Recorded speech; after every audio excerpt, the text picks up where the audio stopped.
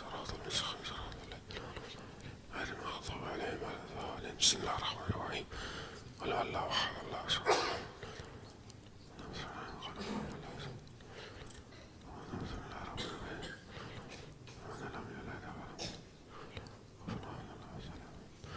امام زمانہ کی سلامتی کے لیے بلند تر صلوات. اللهم صل على محمد وآل محمد وآل لا حول ولا قوة إلا بالله العلي العظيم. حسبنا الله ونعم الوكيل نعم المولى ونعم النصير. أعوذ بالله من الشيطان الرجيم بسم الله الرحمن الرحيم. الحمد لله الذي يؤمن الخائفين وينجي الصالحين ويعزى المستكبرين ويهلك ملوكا ويستخلف آخرين. والصلاة والسلام على رسول ثقلين محبوب رب المشرقين والمغربين جد الحسن والحسين نبينا سيدنا بالقاسم محمد.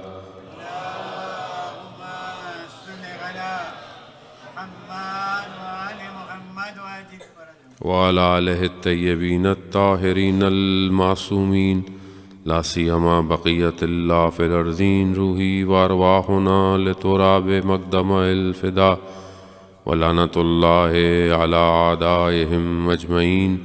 بسم الله الرحمن الرحيم. رب اشرح لي صدري ويسر لي أمري واحلل عقدة من لساني يفقهوا قولي. أما بعد فقد قال الله سبحانه وتعالى في كتاب الحكيم والقرآن المجيد وما خلقت الجن والانس الا ليعبدون. صلوات بھیجے محمد. اللهم صل على محمد وآل محمد وآل عزیزان محترم، پہلی ماہ مبارک کی شب جمعہ ہے. پہلا دن ماہ مبارک کا گزر گیا. انشاءاللہ کہ خداوند متعال ہمیں بہتر سے بہتر اس مہینے کو درک کرنے کی توفیق عطا فرمائے. آپ کی عبادت، آپ کا روزہ، آپ کا قرآن کی تلاوت خدا اپنی بارگاہ میں قبول اور مقبول فرمائے. عزیزان محترم، ماہ مبارک کے رمضان میں انسان کا دل عام دنوں سے زیادہ نرم ہوتا ہے. عام دنوں میں انسان عبادت کی طرف اتنا اٹریکٹ نہیں ہوتا جتنا اس مہینے کے اندر خدا اسے توفیق دیتا ہے. عام دنوں میں بھی انسان تو وہی ہوتا ہے، خدا بھی وہی ہوتا ہے، فرق نہیں ہوتا. لیکن انسان عام دنوں میں اتنی اسٹرگل نہیں کرتا. خود ماہ مبارک کا مہینہ ایک ایسا ٹائم زون ہے، ایک ایسا فریم ہے کہ جس میں آپ داخل ہوتے ہیں تو آپ خود ڈیفرنٹ محسوس کرتے ہیں. مثال کے طور پر جیسے آج دنیا ٹیکنالوجی کی بات کرتی ہے، آپ سائبر لوپ کی بات کرتی ہے. جیسے بہت ساری جگہوں پر آج دنیا میں ٹنلز بن رہے ہیں کہ جہاں پر الیکٹرک گاڑی جائے گی تو بہت تیزی سے آگے نکل جائے گی. بالکل ایسے ہی ہے. یہ لوپ بھی ٹائم کا ہے مگر یہ اسپرچول لوپ ہے. ایک ایسا ہول ہے، ایک ایسا ٹنل ہے جس میں آپ چاہیں نہ چاہیں آپ انٹر ہو جاتے ہیں. مگر جب آپ انٹر ہوتے ہیں تو اس کی اپنی فضا، اس کا اپنا ماحول، اس کا اپنا اورا ایسا ہوتا ہے کہ یہ خود آپ کو مجبور کر دیتا ہے کہ آپ تھوڑی سی دعا پڑھ لو، تھوڑا قرآن پڑھ لو، تھوڑا سجدہ اپنا بہتر کر لو، تھوڑا سا اپنی سوچوں کو کنٹرول کر لو. اندر سے خود آواز آتی ہے تمہارا روزہ ہے. خوب یہ میرا کمال نہیں ہے، یہ خود اس مہینے کا کمال ہے. کیوں؟ کیونکہ خدا نے کہا ہے کہ رمضان میرا مہینہ ہے، شہر اللہ ہے. شہر یعنی منتھ، یعنی اللہ کا مہینہ ہے. خوب جس منتھ میں خود خدا کہے کہ میں تمہارا ہوسٹ ہوں، میں تمہارا میزبان ہوں، تو اس سے بہتر تو کوئی میزبان ہو ہی نہیں سکتا دنیا میں. لیکن اس کا اپنا ایک سسٹم ہے کہ لوگ بلاتے ہیں کھانے پہ، دعوت، کھانا کھلا، یہ بلا رہا ہے بھوکے ہو کے آؤ.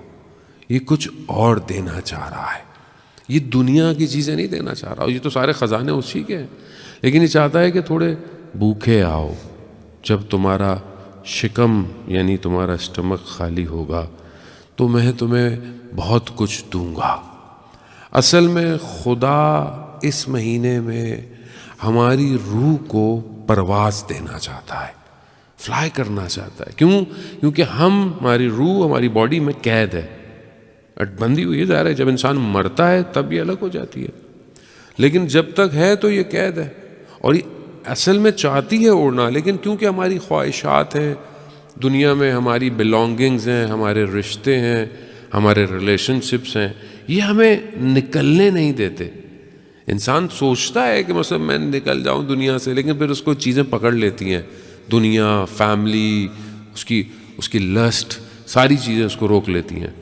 رمضان مبارک میں روزہ اسپیشلی ایک انسان کو کوالٹی دیتا ہے کہ جیسے ایک پرندہ ہو، ایک برڈ، اس کو آپ چین ڈال دیں اور اس کو باندھ دیں، وہ اڑنا چاہتا ہے مگر وہ اڑ نہیں سکتا، تو باڈی روح کو بھی چین ڈال کے رکھی ہوئی ہے، اڑنا چاہتی ہے مگر اڑنے نہیں دیتے۔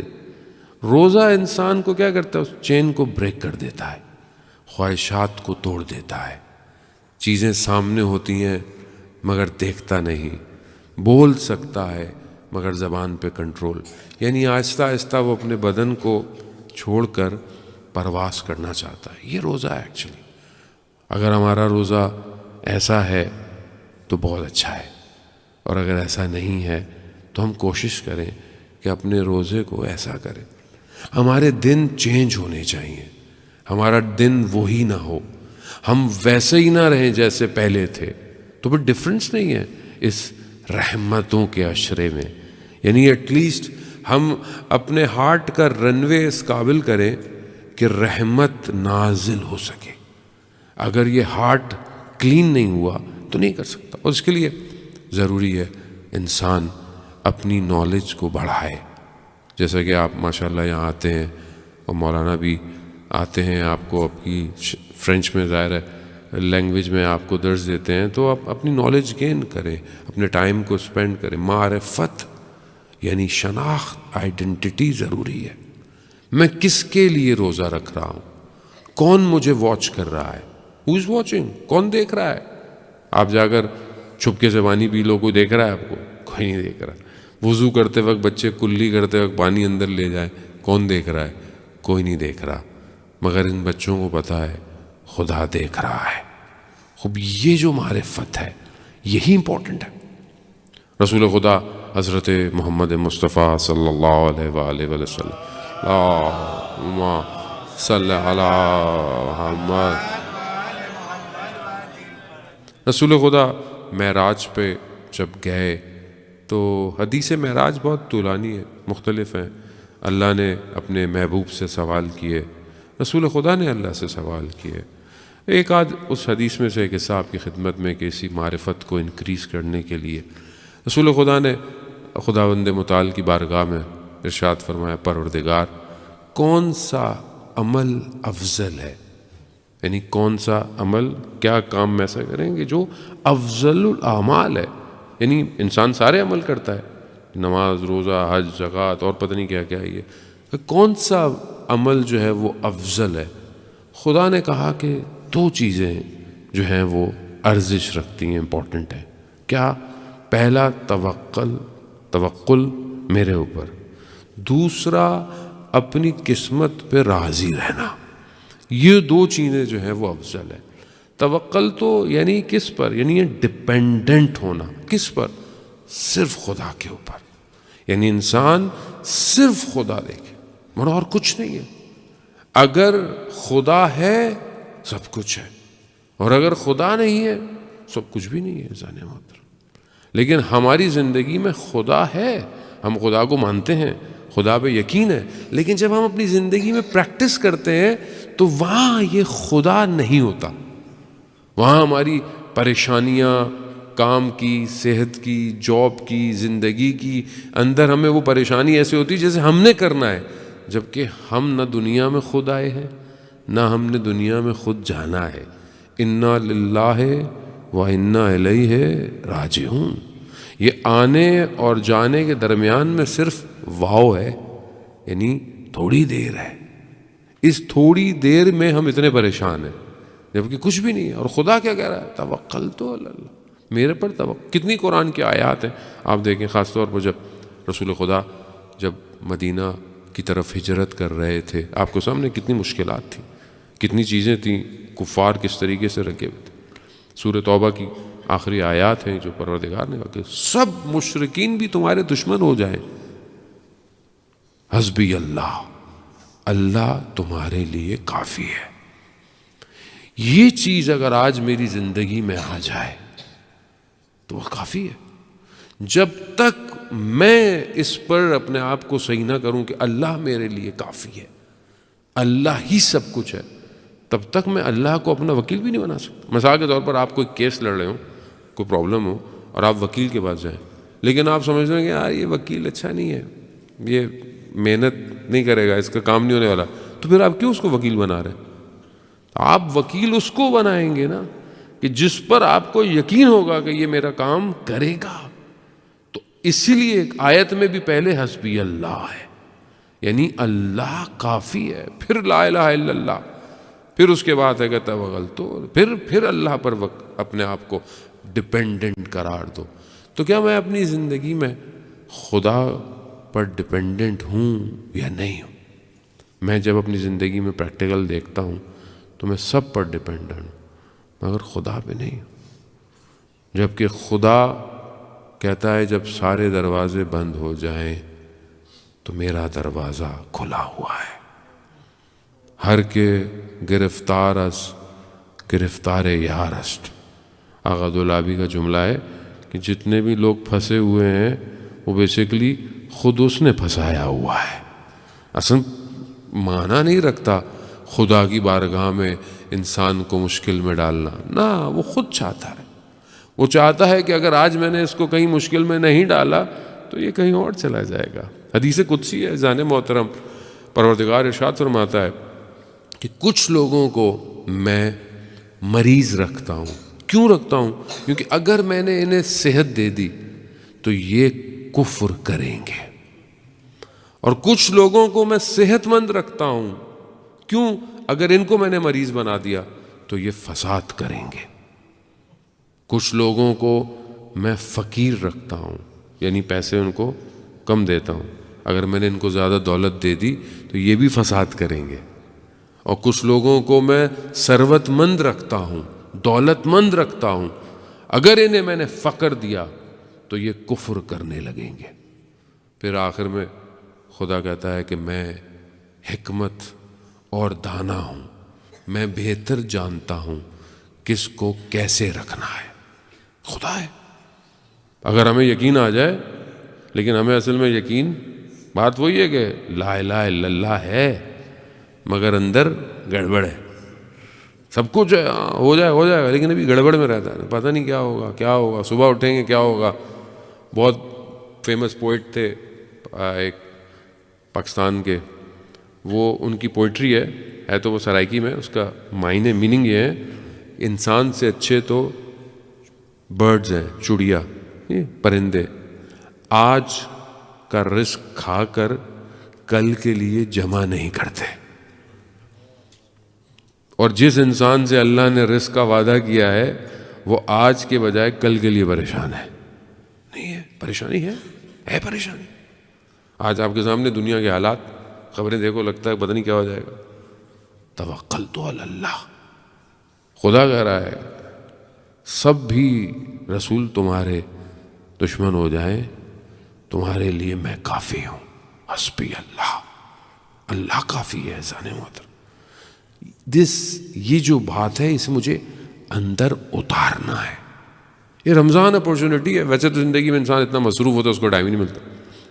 عام مہینوں میں آپ روز کبھی مسجد آئیں گے، ماشاء اللہ نہیں آتے ہوں گے، میں یہ نہیں کہہ رہا کہ آپ مسجد نہیں آتے ہوں گے، لیکن اتنی بڑی تعداد میں شاید نہیں آتے ہوں گے۔ obvious سی بات ہے، انسان پڑھائی کرتا ہے، جاب کرتا ہے، اٹس ناٹ ایزی۔ رمضان کی برکت ہے جو آپ کو کھینچ کے لائی ہے۔ اب یہاں سن رہے ہیں 10-15 دن لگاتار، پھر 15 دن اور مولانا دوسرے آئیں گے، 30 دن آپ یہاں بیٹھیں گے۔ دس از ناٹ یو ایکچولی، یہ آپ کے اندر وہ سافٹ ویئر انسٹالڈ ہے کہ یہ مہینہ خدا کا ہے، یہ آپ کو اپرچونٹی دے رہا ہے، تو اس کو اویل کریں، پھر نہیں آئیں گی۔ اس مہینے حدیث آپ خطبہ شعبانیہ یقیناً مولانا صاحب شاید آپ کو بیان کر رہے ہوں گے، میرا تو ٹائم اتنا شارٹ ہوتا ہے کہ میں کل تھوڑا سا آگے نکل گیا، بہت سے لوگ پریشان ہو گئے، تو میں تو بار بار گھڑی دیکھ رہا ہوں کہ زیادہ نہ ہو جائے کہیں۔ عزیزان محترم، خطبہ شعبانیہ میں آپ دیکھیں کہ یہ وہ مہینہ ہے جس کے دن بہترین دن ہیں، جس کی راتیں بہترین راتیں ہیں، حتیٰ جس مہینے میں سانس لینا، بریتھنگ، تسبیح ہو۔ کہاں ملے گا آپ کو آپشن؟ نہیں ملے گا۔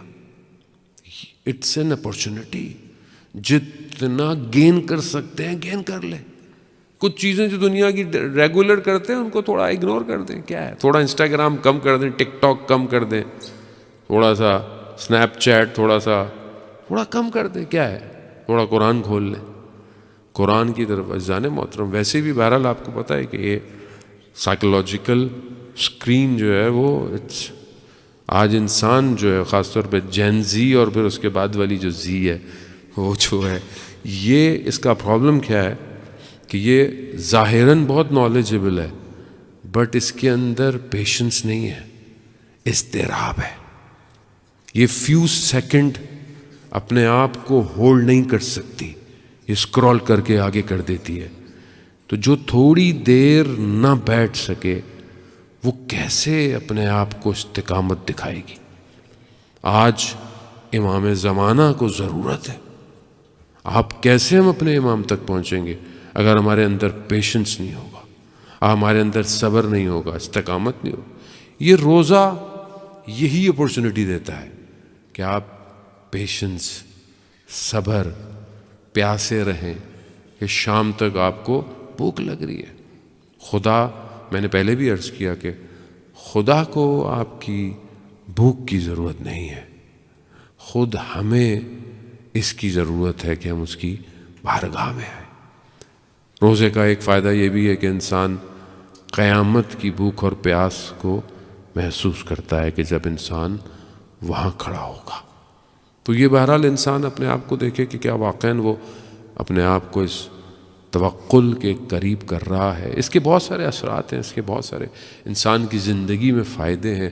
جب انسان یقیناً خدا کے اوپر ڈیپینڈنٹ کرتا ہے تو دنیا سے اس کی اٹیچمنٹ گر جاتی ہے، پھر وہ صرف اسی کی طرف دیکھتا ہے۔ اس کا مطلب یہ نہیں کہ آپ نے اسٹرگل نہیں کرنی، آپ نے محنت نہیں کرنی، آپ نے پڑھنا نہیں ہے، نہیں، سب کچھ کرنا ہے، لیکن اس پر ڈیپینڈ کرنا ہے کہ جو خود کسی پر ڈیپینڈ نہیں کرتا۔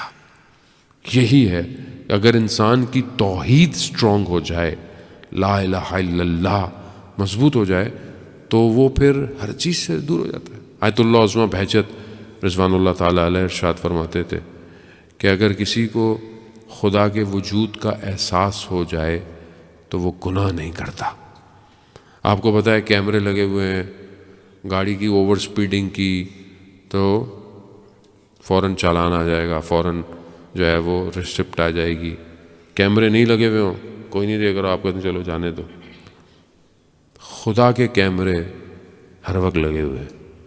خدا کے کیمرے صرف ظاہر کو نہیں، دل کو بھی دیکھتے ہیں، نیت کو بھی دیکھتے ہیں۔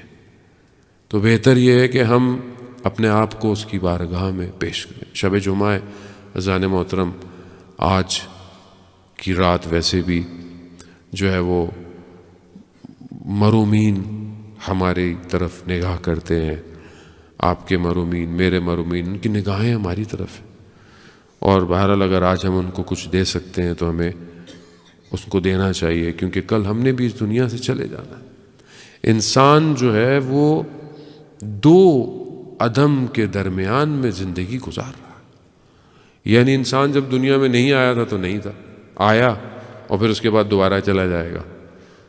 اصل میں وہاں سے جب آیا ہے تو اس کو بھی یہی نہیں پتا تھا کہ یہاں پہ اس کو کیا ہے، اس کو نہیں پتا تھا یہاں کیا ہے، وہ بالکل ایسے ہی تھا۔ یعنی دو بھائی اگر ٹوئنس اپنی ماں کے پیٹ میں حمل میں ہوں اور ایک بھائی دنیا پہلے جا رہے ہیں، آپ دو جب ٹوئنس ہوتے ہیں تو ایک پہلے پیدا ہوتا ہے، ایک بعد میں پیدا ہوتا ہے، جب ایک پہلے پیدا ہو جائے دنیا میں آئے تو پیچھے دوسرا بھائی رو رہا ہے کیوں رو رہا ہے؟ میرا بھائی مر گیا، میرا بھائی چلا گیا۔ وہ کہہ رہا ہے نہیں میں اچھی جگہ پہ گیا ہوں۔ کہہ رہا ہے نہیں، زندگی تو یہاں ہے، وہاں تھوڑی ہے، کیونکہ وہ یہ سمجھتا ہے کہ صرف ماں کے اسٹمک میں جو خوراک مل رہی ہے وہی زندگی ہے، مگر وہاں اندھیرا ہے، تاریکی ہے۔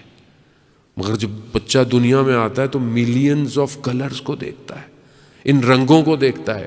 آپ اس سے بولو دوبارہ اپنی ماں کے اسٹمک میں جاؤ گے؟ کہہ رہا نہیں نہیں، وہاں جا کے کیا کروں گا، یہاں تو اتنے کھانے ہیں، اتنی لذتیں ہیں، اور خود ماں کا پیار ہے اس دنیا کے اندر، ماں کے پیار کو محسوس کرتا ہوں میں ماں کو، لیکن جو اندر ہے وہ یہ سمجھتا ہے کہ نقصان ہو گیا۔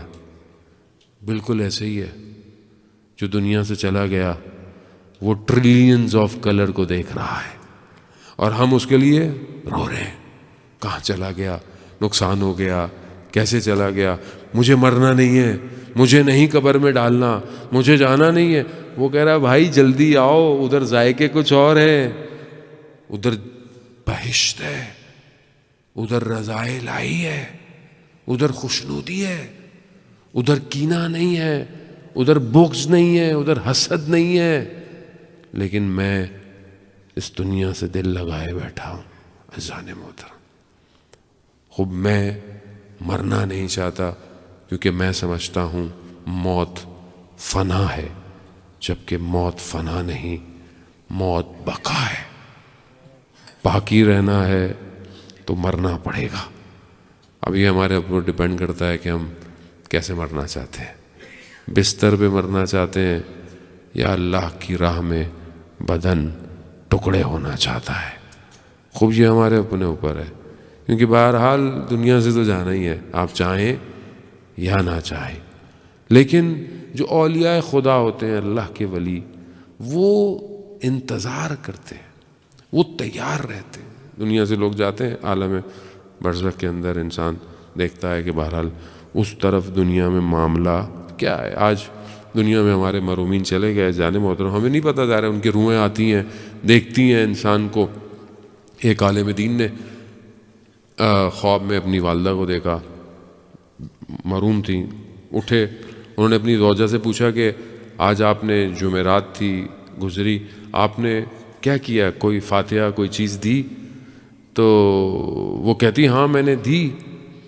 تو مگر کہا میری والدہ خوش نہیں تھی۔ کہا تم نے کیسے دی تھی؟ کہا بس میں جلدی جلدی بنا رہی تھی تو برتن کوئی نہیں تھا، تو میں نے کہا جو حمام میں تشت ہوتا ہے نا، تو میں نے جلدی میں اس میں چاول رکھ کر، فقیر کی آواز آئی، میں نے اس کو دے دیے۔ تو کہا میری ماں وہاں بہت شرمندہ ہوئی روحوں کے آگے کہ میرے گھر والوں نے حمام کے تشت میں مجھے کھانا پہنچایا ہے۔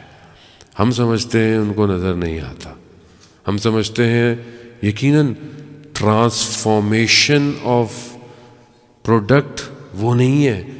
کھانا یہاں ان کو کھانا نہیں ملتا، کھانا یہاں فقیر کھاتا ہے، بٹ وہاں پر کچھ اور ٹرانسفر ہوتا ہے۔ جیسے آپ یو ایس ٹی ڈی کرتے ہیں، جیسے آپ بٹ کوائن ٹرانسفر کرتے ہیں، کوئی سالڈ چیز تھوڑی جا رہی ہے میرے آپ کے اکاؤنٹ میں، سم تھنگ گوئنگ آن ہے۔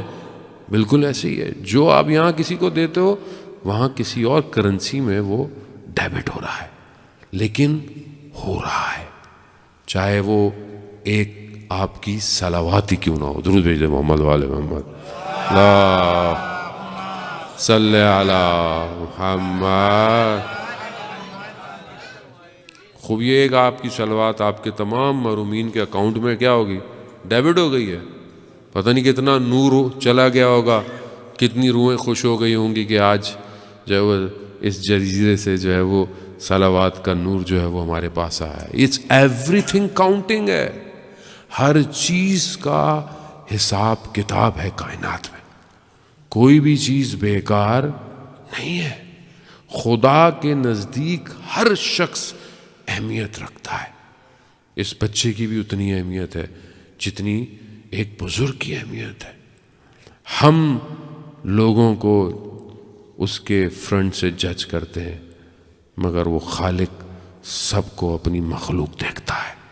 بہرحال ہمیں اس کی بارگاہ میں جانا ہے، جانے شب جمعہ ہے، اپنے دلوں کو روانہ کریں وہاں کہ جہاں تمام روحیں روانہ ہو چکی ہوتی ہیں۔ شب جمعہ تمام ارواح کربلا کی طرف ہوتی ہیں، اور یہ امام حسین نے ہی فرمایا تھا کہ خدا بستر میں مرنے سے بہتر ہے تیری راہ میں تلواروں سے بدن کے ٹکڑے ہو جائیں۔